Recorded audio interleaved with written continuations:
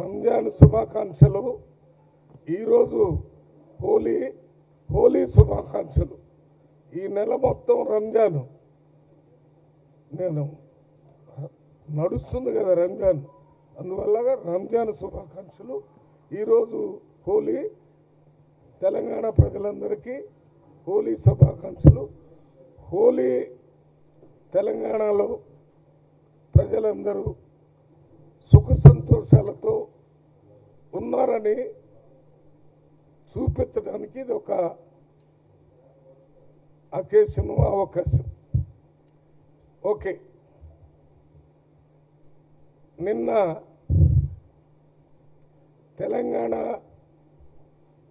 జిల్లా కాంగ్రెస్ అధ్యక్షులు, ఆంధ్రప్రదేశ్ జిల్లా కాంగ్రెస్ అధ్యక్షులు ట్రైనింగ్ మీట్ ముగింపు జరిగింది.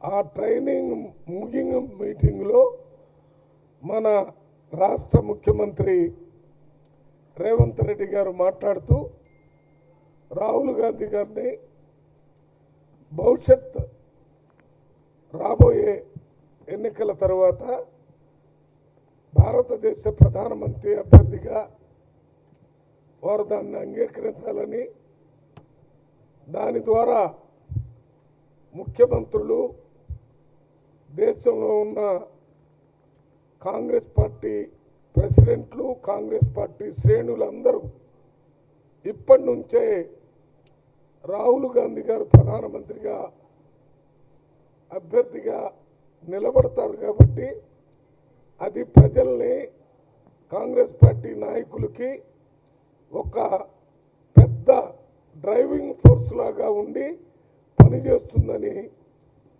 ఆ రకంగా రేవంత్ రెడ్డి గారు మాట్లాడటం జరిగింది. ఆ మాట్లాడిన దానికి సానుకూలంగా రాహుల్ గాంధీ గారు మాట్లాడటం కూడా మరి ఈరోజు పేపర్లో రావటం జరిగింది. ఈ రాహుల్ గాంధీ గారు లీడర్ ఆఫ్ అపోజిషన్ లోక్సభ, నేను కూడా పార్లమెంట్ సభ్యుడిగా లోక్సభలో రాహుల్ గాంధీ గారు ప్రజల సమస్యల గురించి పోరాటం చేస్తున్న విధానాన్ని అతి దగ్గరగా ఉండి గమనించినటువంటి వ్యక్తిగా, ఏదైతే రేవంత్ రెడ్డి గారు రాహుల్ గాంధీ గారిని ప్రధానమంత్రి అభ్యర్థిగా ఉండాలని కోరారో ఆ కోరికకి నేను సెకండ్ చేస్తూ, వారు ప్రపోజ్ చేశారు, నేను సెకండ్ చేస్తూ కాంగ్రెస్ పార్టీ తెలంగాణ ఎంపీల కన్వీనర్గా అందరు ఎంపీల తరఫున మేము దాన్ని బలపరుస్తూ కన్వీనర్స్గా అన్ని రాష్ట్రాలకు సంబంధించిన ఎంపీలతో నాకున్న సంబంధంతో వారందరి అభిప్రాయం కూడా రాహుల్ గాంధీ గారు ప్రధానమంత్రి అభ్యర్థిగా ఉంటేనే దేశంలో ప్రతి ఒక్కళ్ళకి న్యాయం జరిగిద్దనేటటువంటి ఆలోచన పార్లమెంట్ మెంబర్లు అందరిలో ఉంది, కాంగ్రెస్ పార్టీ నాయకులందరిలో ఉంది, కాంగ్రెస్ పార్టీ ముఖ్యమంత్రులందరిలో ఉంది. దానికి మొట్టమొదట రేవంత్ రెడ్డి గారు ఆ విషయాన్ని బహిరంగంగా నిన్న ఆ ట్రైనింగ్ మీటింగ్లో మాట్లాడినందుకు రేవంత్ రెడ్డి గారికి మా ప్రత్యేకమైన పార్లమెంటు సభ్యులందరి తరఫున వారికి ధన్యవాదాలు తెలియజేస్తూ వారు చెప్పిన దాన్ని పూర్తి స్థాయిలో బలపరుస్తున్నాం. ఎందుకు రాహుల్ గాంధీ ప్రధానమంత్రిగా ఉంటే మంచిది అంటున్నామంటే, రాహుల్ గాంధీ గారు 2 సార్లు ఆయనకి ప్రధానమంత్రి అయ్యే అవకాశం వచ్చిన ప్రజా సమస్యలను దగ్గరగా ఉండి తెలుసుకొని తరువాతనే ప్రధానమంత్రిగా పదవి తీసుకోవాలని ఆలోచించినటువంటి వ్యక్తి. రాహుల్ గాంధీ గారు ముత్తాత నెహ్రూ గారు ఈ దేశానికి ప్రధానమంత్రి, నానమ్మ ఇందిరాగాంధీ ఈ దేశానికి ప్రధానమంత్రి, తండ్రి రాజీవ్ గాంధీ ఈ దేశానికి ప్రధానమంత్రి. ఈ కుటుంబ సభ్యులందరూ కూడా నెహ్రూ గారు నవభారత నిర్మాత. భారతదేశాన్ని సైంటిఫిక్ టెంపర్తో విద్యా విధానంలో, ఇండస్ట్రీస్లో, ఇరిగేషన్లో భారతదేశానికి పంచవర్ష ప్రణాళికల ద్వారా అభివృద్ధి చేసినటువంటి గొప్ప స్వతంత్ర సమరయోధుడే కాకుండా కొంత గొప్ప పరిపాలనా దక్షుడు. అదే రకంగా ఇందిరాగాంధీ భారతదేశంలో విప్లవాత్మకమైన మార్పులు తీసుకొని వచ్చి పేద ప్రజలకి ల్యాండ్ సీలింగ్ ద్వారా, భూ సంస్కరణ ద్వారా పేద ప్రజలకు భూములు పంచిపెట్టి బ్యాంకులు జాతీయకరణం చేసి బ్యాంకుల్లో ఉన్న డబ్బు ధనవంతులకే కాదు పేద ప్రజలకి, రైతులకి, మహిళలకి, యువకులకి అందరికీ చేరాలని బ్యాంకులు జాతీయకరణం చేసినటువంటి నాయకురాలు. 20 పాయింట్ ఫార్ములా తీసుకొని వచ్చి సకల జనుల అభివృద్ధి కోసం కార్యక్రమాన్ని పెద్ద ఎత్తున చేసినటువంటి నాయకురాలు. ఇక రాజీవ్ గాంధీ గారు టెక్నాలజీని భారతదేశంలో ముఖ్యంగా కంప్యూటర్సు, టెలివిజన్స్, సెల్ ఫోన్స్ ప్రపంచ దేశాలతో పోటీ పడే విధంగా భారతదేశంలో ప్రవేశపెట్టి టెక్నాలజీ ద్వారా భారతదేశాన్ని ముందుకు నడిపించినటువంటి నాయకుడు రాజీవ్ గాంధీ. వీళ్ళందరూ భారతదేశం కోసం ప్రాణాలు అర్పించారు. ఇందిరాగాంధీ గారు భారతదేశ సమగ్రత, అభివృద్ధి, సంక్షేమం కోసం ఇందిరాగాంధీ గారు తమ ప్రాణాలను అర్పించారు. రాజీవ్ గాంధీ గారు భారతదేశ సమగ్రత, సంక్షేమం కోసం ప్రాణాలు అర్పించారు. నెహ్రూ గారు భారతదేశాన్ని ప్రణాళికాబద్ధంగా ఈ స్థాయికి తీసుకొని వచ్చారు. ఆ కుటుంబం నుంచి వచ్చినటువంటి వ్యక్తి వారందరికంటే ముందు స్థానంలో ఉండి రాహుల్ గాంధీ గారు భారత్ జోడో యాత్ర, భారత్ జోడో న్యాయ యాత్ర చేసి భారతదేశం ఒక చివరి నుంచి ఒక దక్షిణాది ఒక చివరి నుంచి ఉత్తరాదిని ఇంకో చివరి వరకు వేల కిలోమీటర్లు నడిచి ప్రజలతో మమేకమయ్యి ప్రజల సమస్యలను తెలుసుకొని మనం ప్రజల సమస్యలు తెలుసుకోవడంతో పాటు ప్రజల్ని ప్రేమించి, గౌరవించి వారి సమస్యల పరిష్కారం చేసేటటువంటి నాయకుడుగా మొత్తం భారతదేశంలో పేరు తెచ్చుకున్నాడు.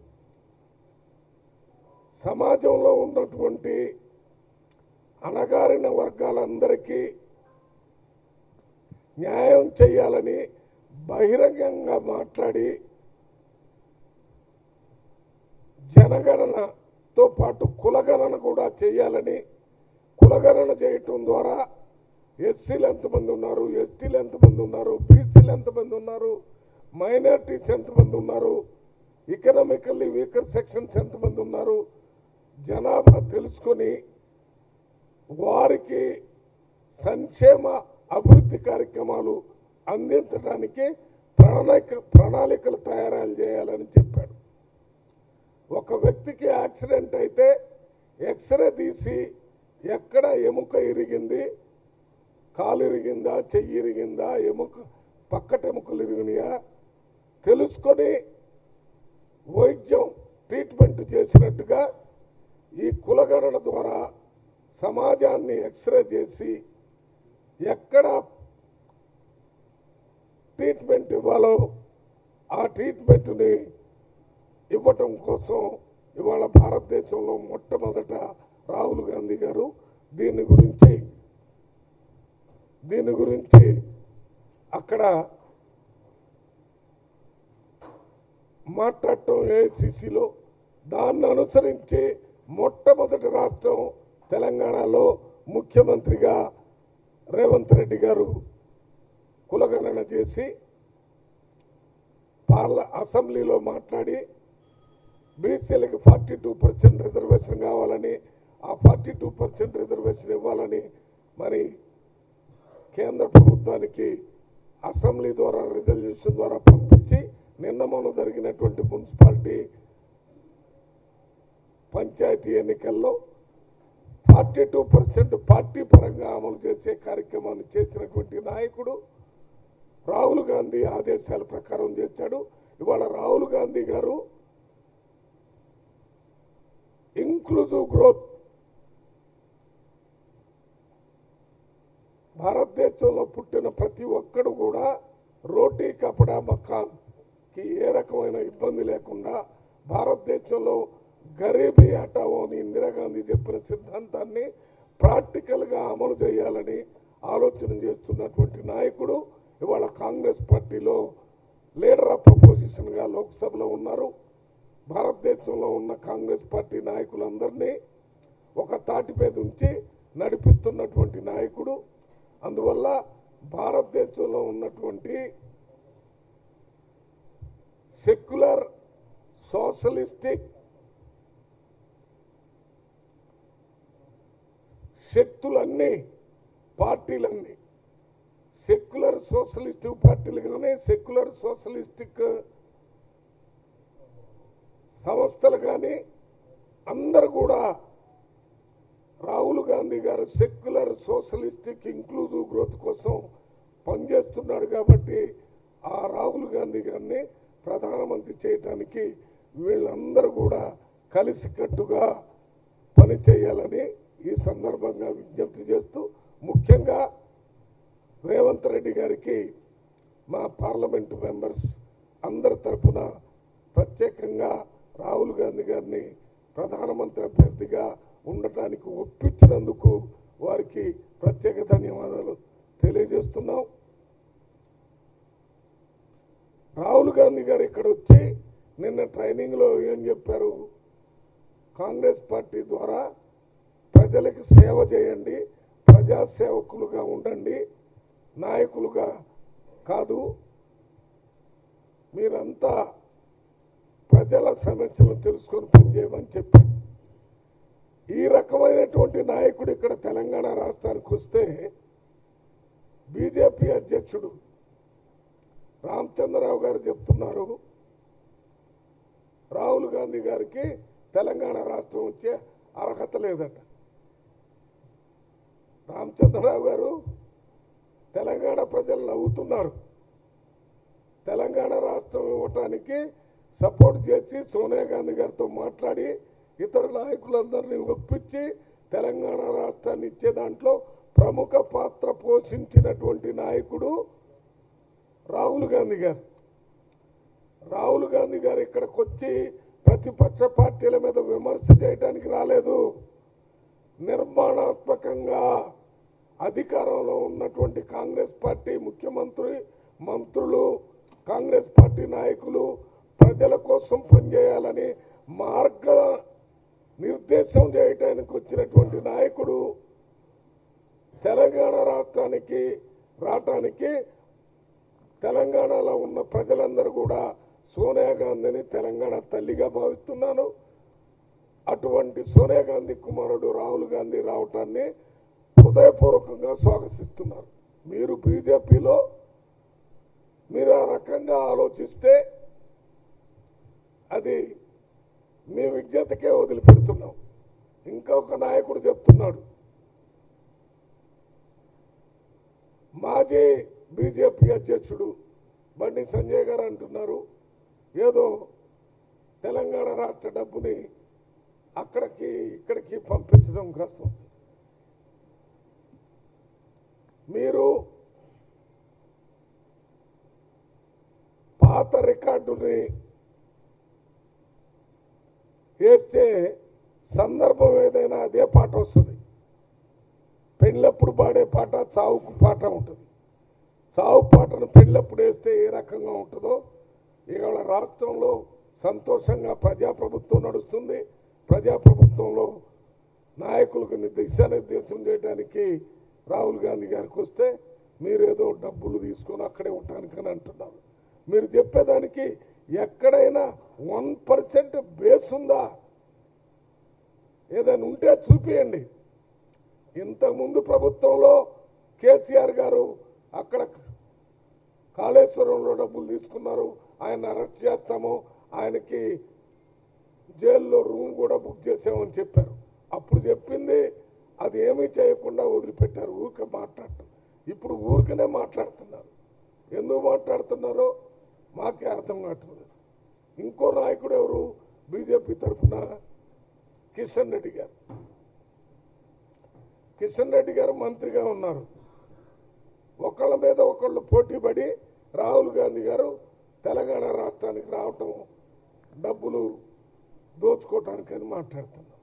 మీరు మాట్లాడేటప్పుడు ఏదైనా ఒక ఉదాహరణ, దానికి బేస్ చెప్పాలా, ఎందుకు చెప్తున్నారు. ప్రజలందరూ పగులు వెలుతురులో ఉంటే ప్రజలందరూ చీకట్లో ఉన్నారని చెప్తున్నారు. మీరు చీకట్లో ఉండటం వల్ల మొత్తం తెలంగాణ రాష్ట్రం చీకట్లో కనపడుతుంది. మీకు ఎవరైతే మన కళ్ళకి జాండీస్ వచ్చినప్పుడు పచ్చ కామెరలు అంటారు, పచ్చ కామెరలు వచ్చిన వాళ్ళందరికీ దేశం అంతా పచ్చగానే కనపడ్డట్టు మీ ఆలోచన చీకట్లో ఉంది. ఇక్కడ ప్రజలందరూ సంతోషంగా ఉన్నారు. రాహుల్ గాంధీ భారతదేశానికి ప్రధానమంత్రి కావాలని కోరుకుంటున్నారు. ఇంకొక నాయకుడు ఎవరో చెప్పారు, లక్ష్మణ్ గారు. వారు కూడా నేనేం తక్కువ కాదని, ఇంతకుముందు లక్ష్మణ్ గారు కొద్దిగా బ్యాలెన్స్గా మాట్లాడతారని పేరు ఉండే. వీళ్ళందరూ ఒకళ్ళకొకళ్ళు మాట్లాడుకొని మనం అందరం రాహుల్ గాంధీకి వ్యతిరేకంగా మాట్లాడాలని మాట్లాడినట్టుగా మాట్లాడుతున్నారు. వీళ్ళందరూ కూడా పచ్చకామరులు జబ్బొచ్చిన వాళ్ళకి దేశం ఎట్లా కనపడిద్దో, ప్రజలు ఎట్లా కనపడతారో ఆ రకంగా కనపడటం వల్లనే రాహుల్ గాంధీ గురించి అనుచితంగా మాట్లాడుతున్నారు. రాహుల్ గాంధీ, ఆయన కుటుంబం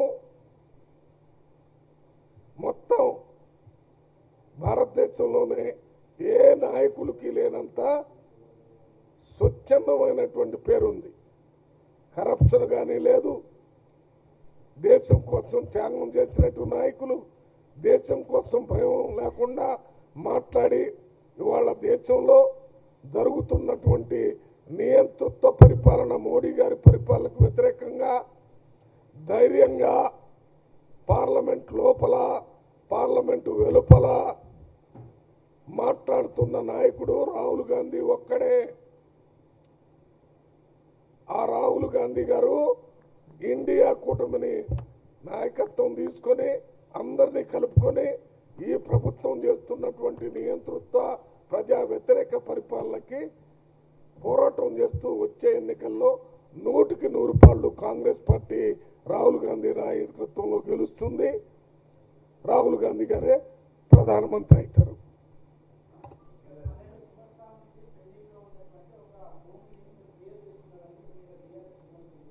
ఏది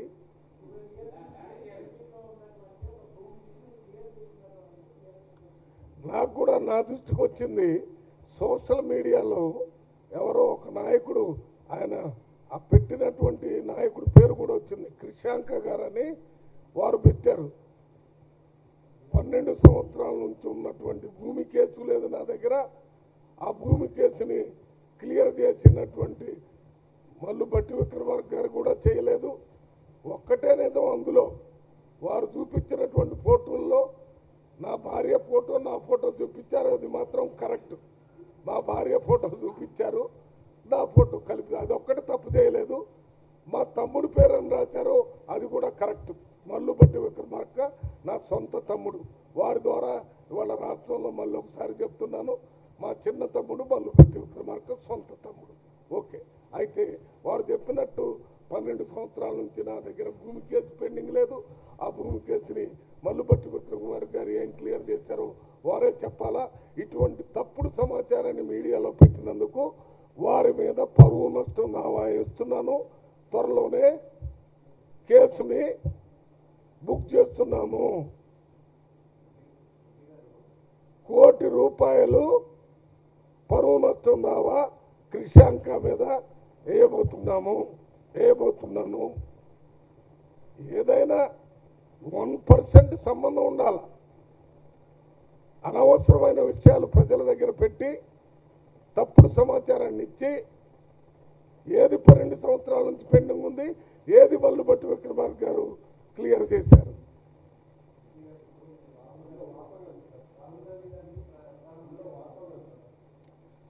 వాస్తవం ఉంటే కేసు ఎందుకు పెడతాను? అది పూర్తి అబద్ధం, అసలు ఏమీ లేకుండా బురద జల్లాన్ని గుడ్డ కాల్చి నా మీద పెట్టే ఈ కాంగ్రెస్ పార్టీలో ఎవరు మాట్లాడినా వారి మీద ఈ సోషల్ మీడియాలో ఈ రకమైనటువంటి అబండాలు వేయాలనే కార్యక్రమం జరుగుతుంది. కాబట్టి నేను కేసు పెడతానంటున్నాను, పరువు నష్టం కేసు పెడతాను. ఈ కేసులో తప్పనిసరిగా వారిని దోషిగా నిలబెట్టే కార్యక్రమాన్ని చేయటం జరుగుతుంది. ఎందుకంటే ముందు దాంతోపాటు ఈ వీళ్ళేదో పోలీస్ కేసులు ఉంటాయి కదా, ఎవరు చూసేది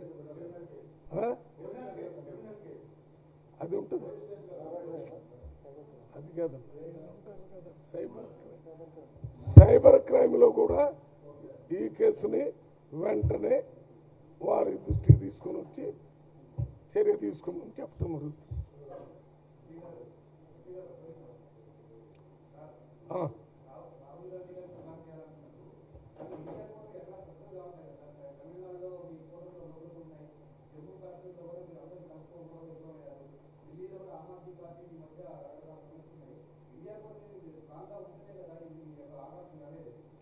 అంటే నేను ఇవాళ మాట్లాడేది కాంగ్రెస్ పార్టీ తరఫున ప్రధానమంత్రి అభ్యర్థిగా రాహుల్ గాంధీ గారు ఉండాలనే దాంట్లో అందరం ఏకమయ్యాం. నేను అందరూ ఇప్పుడు కలిసి వాళ్ళందరి తరఫున మాట్లాడటం లేదు. ఇండియా కూటమి తరఫున కాంగ్రెస్ పార్టీ తరఫున రాహుల్ గాంధీ గారు మాట్లాడారు. ఒక ముఖ్యమంత్రి తెలంగాణ రాష్ట్రానికి, నేను తెలంగాణ రాష్ట్రంలో ఉన్న 8 మంది కాంగ్రెస్ పార్టీ ఎంపీల కన్వీనర్గా నేను దాన్ని బలపరుస్తూ వారైతే చాలా బాగుంటుందని చెప్పి మేము అనుకుంటున్నాం. తర్వాత ఆ కూటమితో మాట్లాడి ఆ రకంగా ఏం చేయాలో కాంగ్రెస్ పార్టీ హైకమాండ్ చేయటం జరుగుతుంది. మా ఉద్దేశంలో అన్ని రకాల అర్హతలు రాహుల్ గాంధీ గారికి ప్రధానమంత్రి కావడానికి ఉన్నాయని చెప్పడం మా ఉద్దేశం.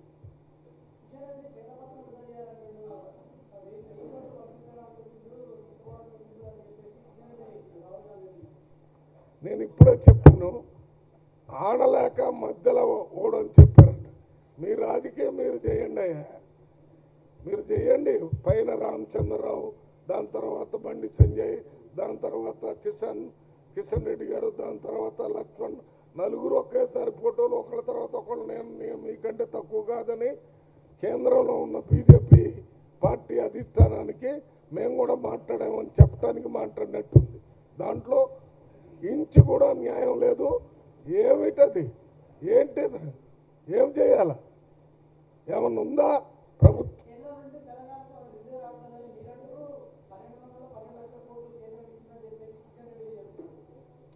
నా కేంద్రం ఇచ్చే ప్రతి పైసా రాష్ట్ర ప్రభుత్వాల నుంచి వసూలు చేసిన డబ్బులో కొంత మాత్రమే ఇస్తున్నారు. తక్కిన 42 ఇస్తున్నారు కదా, 42% ఇస్తున్నారు. మీరు 12 లక్షలు ఇచ్చారా, 50 లక్షలు ఇచ్చారా, 60 లక్షలు ఇచ్చారా? కేంద్రంలో ఏ ప్రభుత్వం ఉన్నా రేపు కాంగ్రెస్ ప్రభుత్వం వచ్చినా మేము రాష్ట్రాలకు ఇవ్వాల్సింది ఇవ్వాలి. దేర్ ఇస్ నో, అసలు కేంద్రం అనేది లేదు ప్రత్యేకంగా. అన్ని రాష్ట్రాల కలయిక దాన్నే కేంద్రం అంటారు. ఏ రాష్ట్రానికి ఆ రాష్ట్రం పరిపాలనా యంత్రాంగం ఉంటుంది, ముఖ్యమంత్రులు ఉంటారు. వీటన్నిటినీ భారతదేశం ఒకటిగా ఉంది కాబట్టి ప్రధానమంత్రిగా ఒక వ్యక్తి ఉంటారు, అక్కడ బడ్జెట్ పంపుతారు. కిషన్ రెడ్డి గారు దాన్ని పూర్తిగా తెలుసుకొని మాట్లాడమని చెప్తున్నాను. వారు మాకేమన్నా కొత్తగా ఇచ్చారా, లేకపోతే ఎక్కడి నుంచి అని తీసుకొచ్చి ఇచ్చారా? ఒకవేళ అప్పు తీసుకొస్తే కూడా అప్పులు భరించే దాంట్లో భారతదేశం అంతా భరిస్తుంది. మా దగ్గర ఉన్న 4 కోట్ల మంది ప్రజలు కూడా అప్పులకు బాధ్యత వహించాలి.